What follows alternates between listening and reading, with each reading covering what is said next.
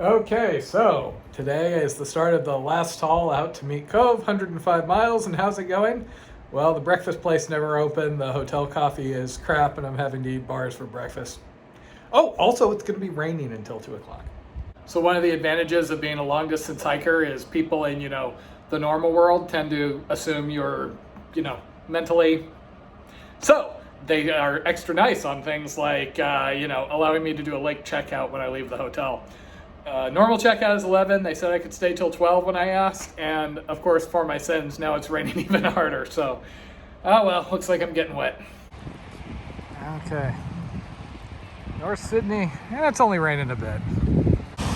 So I should get some pretty scenery and quieter roads, but unfortunately, today is going to be a bit rough. I got to go through this to get out of town. Okay, so I had 2 nights in a hotel, which was rather nice, and basically a half day before that. Hotel North in North Sydney was really nice. The other one, the Klansman, was not the best, but the Klansman had better food, so go figure. But then Hotel North had better beer. I was able to get a resupply that's probably more food than I'm going to need, considering the restaurants and things I can see up along the way on the Cabot Trail. And I was able to do laundry, which will probably be my last laundry until finishing this off. I also ended up on a conference call until 1 o'clock in the morning last night for the wilderness class. Unfortunately, they're on Pacific time, so 4-hour time difference. So lack of sleep, rain, and the fact that my knee and my feet are still bothering me has me wishing that I could just hole up for another day. But quite frankly, economically, that just is too big of a hit. So onwards I go. It is currently October 20th. I fly out on October 31st. So I have plenty of time to get this done. Unfortunately, moving my flight up is a bit pricey. So what makes sense is to kind of take my time a little more on this section. And really, who doesn't love some Trans-Canada Highway? Especially getting spritzed by the big trucks driving by. They seem to put these up in all the best cat hole sites. So sadly, the ye old Lick-a-Treat has closed for the season, but the neighboring Lick-a-Chick is totally open. You probably think I'm kidding, don't you? Ha! Okay, I do believe it's time to get my Canadian stimulants on.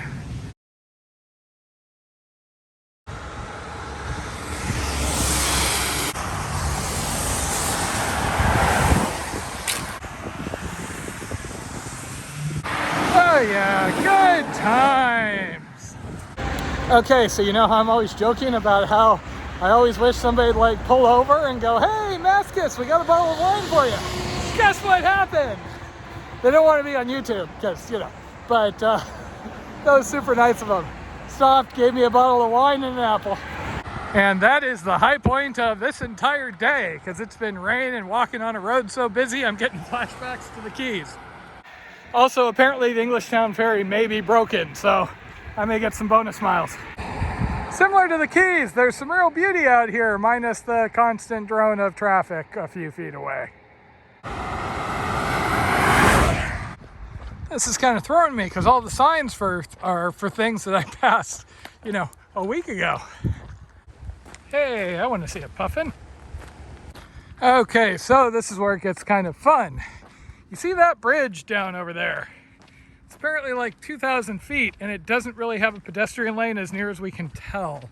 We were looking at Google Street View and everything. So I may have to try and get somebody to give me a ride across, which can be challenging at the end of the day. Okay, well, maybe that's a good sign. Sharing the road, huh?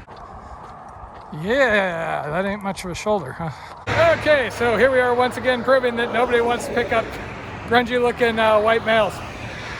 Okay, well, that worked. This guy just slammed onto the brakes, sent his weed flying everywhere, and then gave me a ride over the bridge. Okay, so with that weight off my mind, now I just gotta get up a hairpin curve or two and find a place to camp for the night, because I'm losing daylight. There is actually a KOA here that I could probably beg a spot at, but seems like a waste to get a campsite, And if anybody out there is thinking, what the hell, you're a purist. What are you doing getting a ride over a bridge? I am a purist, but I draw the line at pretty much legal closures or things that are just stupid dangerous. My ego ain't that big. Actually, I do need about 1.5 liters of water to be able to comfortably make it through the night and have sufficient coffee in the morning. But supposedly there's some streams ahead. You are now at the base of Kelly's Mountain. You will climb 240 meters in the next 7 kilometers. So I was told this section was going to be more mountainous than what I've been going through. Okay, come on, roadside ditch water. Where are you?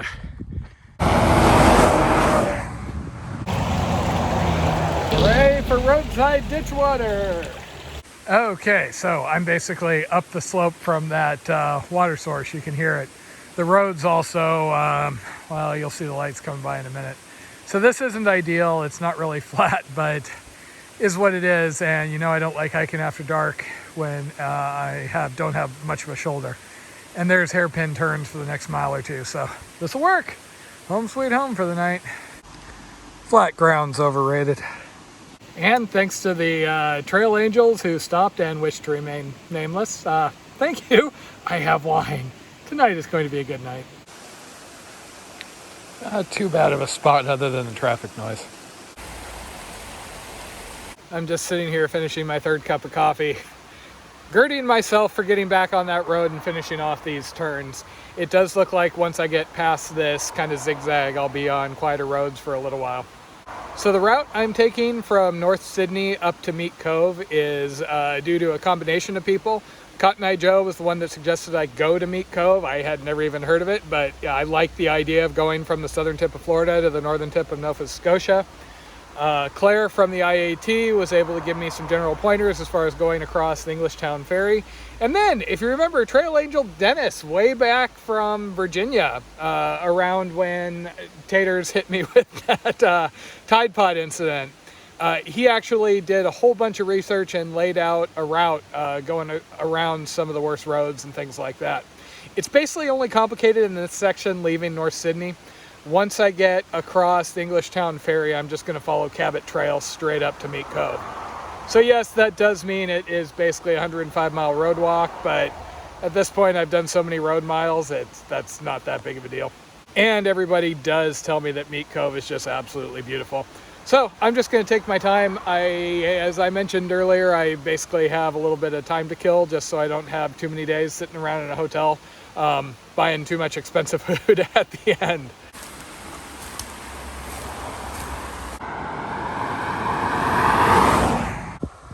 Those clouds are looking downright friendly once again.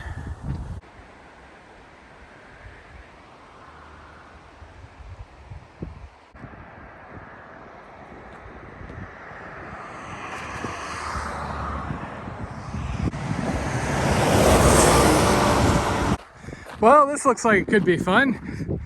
We researched the track and made it based on a topo layer, and it's a little bit off here. This road supposedly started down there a while back. Second part of this also might be a bushwhack at this rate. Okay, well, if you believe the satellite map, this should be passable into Englishtown, where I'll pick up the ferry and get over to the road that leads up to Meat Cove.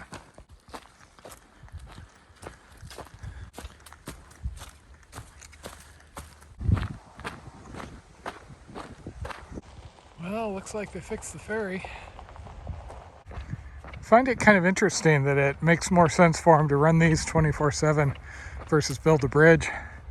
I'd think, you know, the one-time expense of the bridge would be cheaper.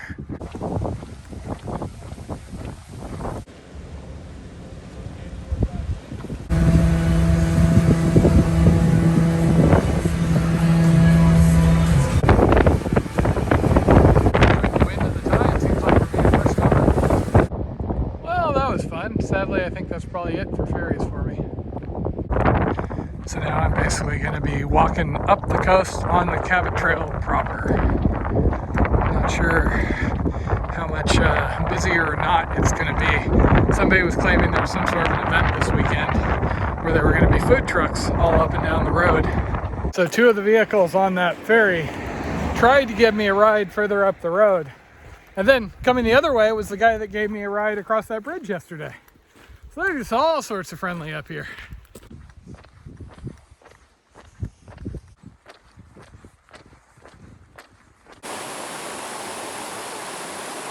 Hey, rainbow.